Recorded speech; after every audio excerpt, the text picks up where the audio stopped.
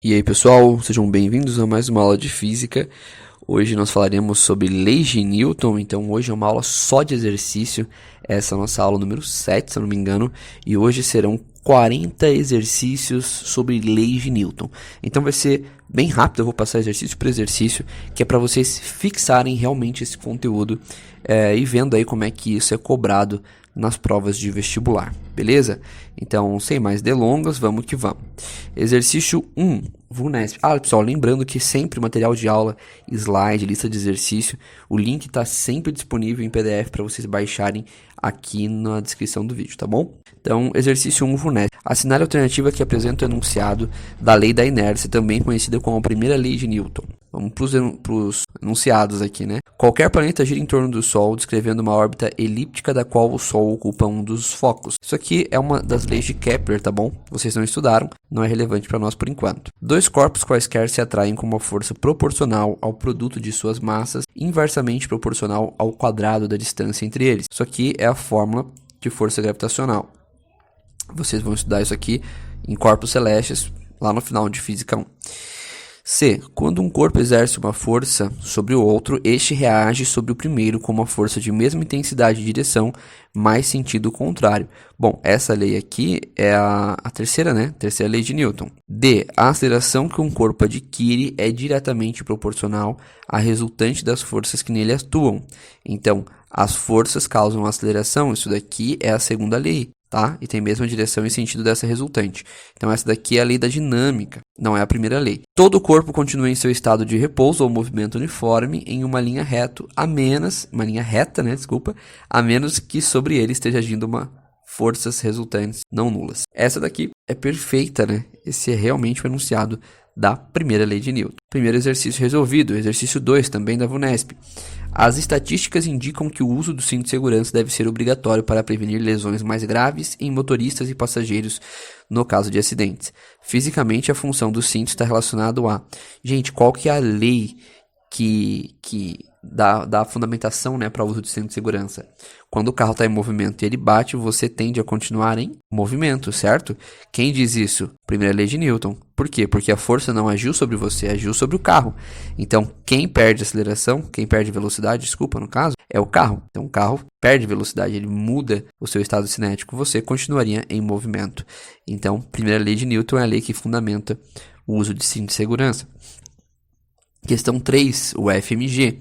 Um corpo de massa m está sujeito à ação de uma força F que o desloca segundo um eixo vertical em sentido contrário ao da gravidade. Se esse corpo se move com velocidade constante é porque, gente, se a velocidade é constante, sempre que aparecer esse termo velocidade constante, significa que a aceleração é igual a zero. Se você não tem aceleração, você não tem força.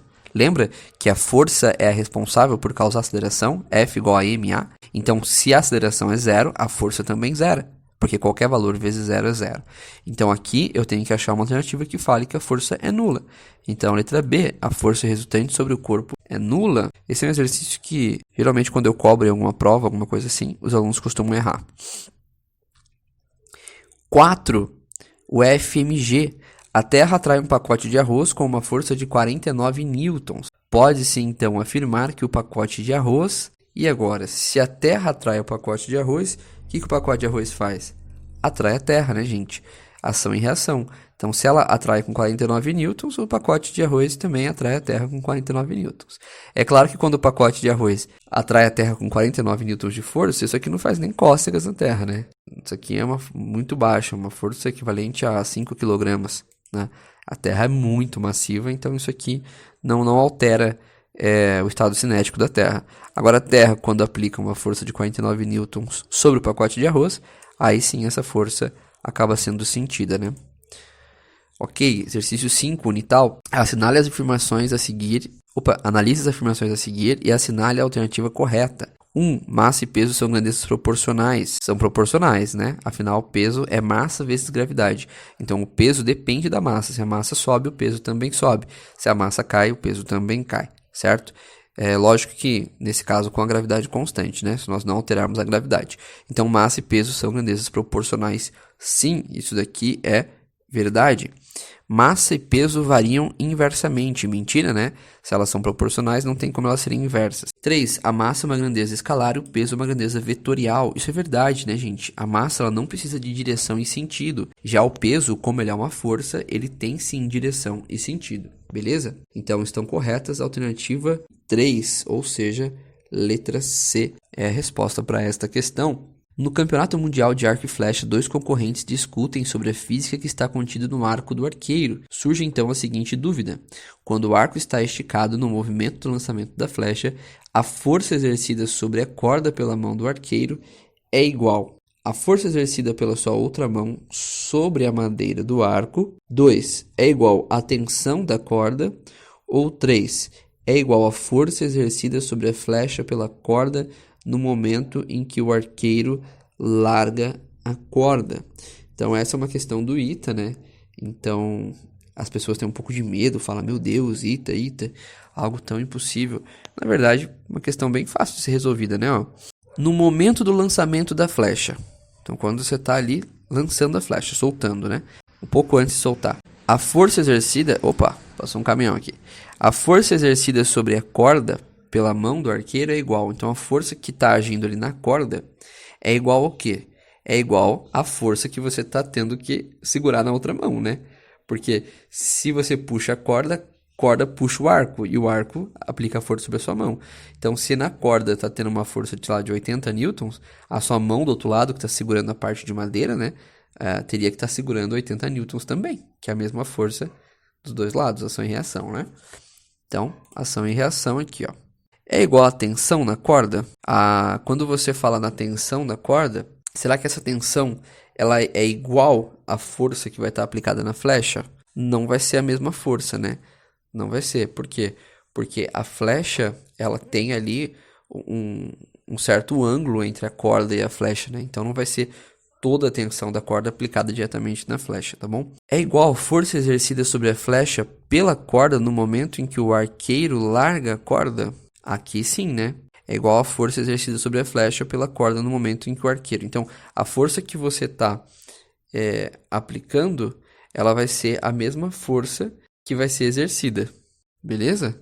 Deu para entender mais ou menos? A força exercida pela corda, né? Sobre a corda, desculpa, pela mão do arqueiro. Então, imagina lá o arqueiro, minha mão, segurando. Essa força tá aqui. A força que a flecha vai receber é exatamente a força que eu estou segurando. Por quê? Se você olhar, a mão do arqueiro e a flecha, elas estão no mesmo ângulo, né? Tanto a mão do arqueiro quanto a flecha estão no horizontal.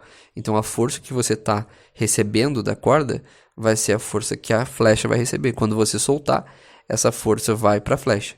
Porque, na verdade, o que acontece? Quando você estica o arco quer aplicar essa força sobre a flecha.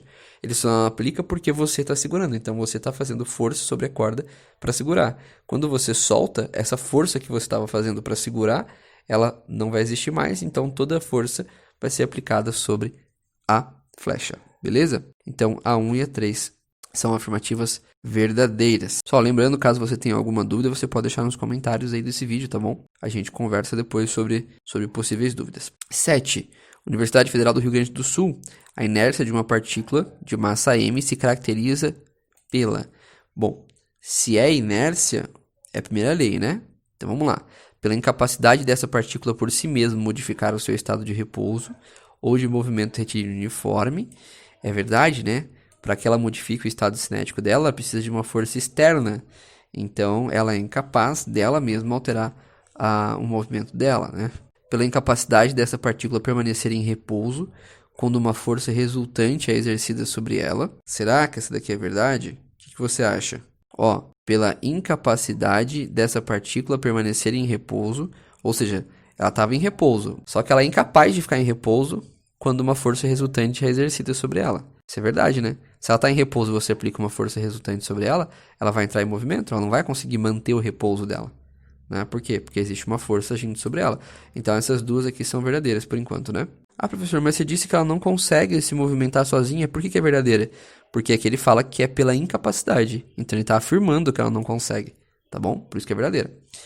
3. Pela incapacidade dessa partícula exercer forças sobre outras partículas. Verdade, essa partícula aqui ela não vai conseguir Verdade não. Mentira, ela pode sim exercer força sobre outra partícula. Se ela se chocar com outra partícula, ela vai estar aplicando força na outra partícula, né? Essa é uma questão bem chata por causa dessas palavras, ó.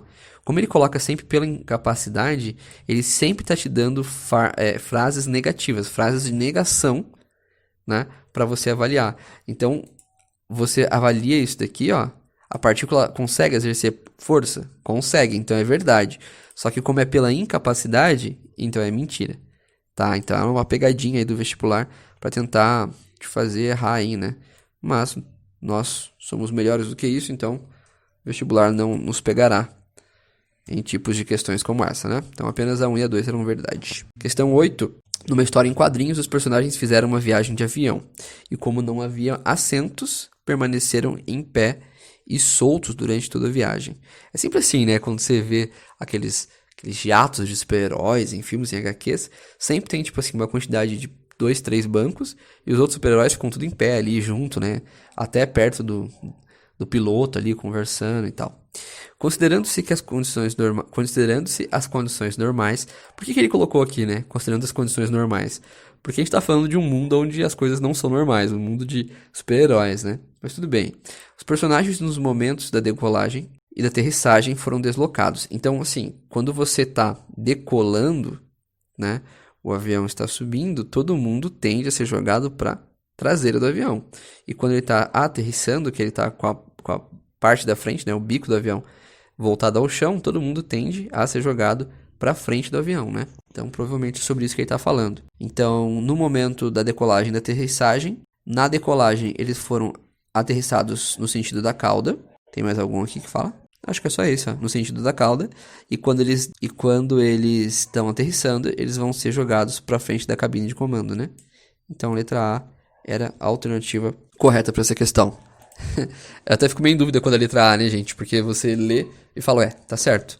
Aí você tem que dar uma lidinha aqui embaixo, ver se não tem nenhuma outra alternativa que tá mais correta, né? Talvez tenha uma que esteja mais correta, mais completa, vamos dizer assim. FAFI Minas Gerais. As afirmativas abaixo referem-se às leis de Newton. Primeira, as forças sempre existem aos pares. Quando um corpo A exerce uma força FAB sobre um corpo B, esse exerce sobre A uma força igual e oposta. Isso é verdade, né? Ação e reação. Se o corpo A exerce uma força sobre o B também vai exercer a mesma força sobre o A, porém com sentido oposto. Então essa daqui é uma afirmativa verdadeira. Se nenhuma força resultante atua sobre o corpo, sua aceleração é nula. Verdade? Para existir aceleração, eu preciso que exista força. Quando várias forças atuam sobre um corpo, cada uma produz independentemente sua própria aceleração. E a aceleração resultante é a soma vetorial das várias acelerações dependentes. Essa é verdade também, tá, gente? Cada força que você aplica sobre um objeto causa uma aceleração. E aí, quando você aplica várias forças, você cria várias acelerações. E aí você faz o quê? Você faz uma análise vetorial, né? Já que a aceleração é uma grandeza vetorial. E a aceleração resultante é o resultado dessa análise vetorial que você faz, tá bom? Então, todas as três estão corretas. Caso você não lembre o que é análise vetorial, o que é vetor, nós temos aulas sobre isso aqui no canal também. Dá uma voltada aí, né? Nas playlists, essa é a playlist dinâmica newtoniana, mas tem uma playlist também de vetores aí para vocês acompanharem. O EPA. Na parte final, acho que é a Universidade Estadual do Pará aqui, né? Na parte final de seu livro Discursos e Demonstrações concernentes a duas novas ciências, publicado em 1638, Galileu Galilei trata do movimento do projétil da seguinte maneira: suponhamos um corpo qualquer lançado ao longo de um plano horizontal sem atrito. Sabemos que esse corpo se moverá indefinidamente ao longo desse plano com um movimento uniforme e perpétuo se tal plano for limitado. Ou seja, ele está dizendo que você soltar um objeto, lançar ele num plano horizontal, ele vai continuar em movimento para o resto da vida aí, né? Movimento perpétuo. Qual que é o princípio físico com o qual se pode relacionar esse trecho? Então, esse trecho aqui de Galileu, ele está associado a um conceito físico. Qual é esse? Primeira lei de Newton, né? Se você solta um corpo e não existe nenhuma força agindo sobre ele, ele permanece em movimento constante. Então, isso está relacionado ao princípio da inércia ou a primeira lei de Newton. Então, essa alternativa é a verdadeira.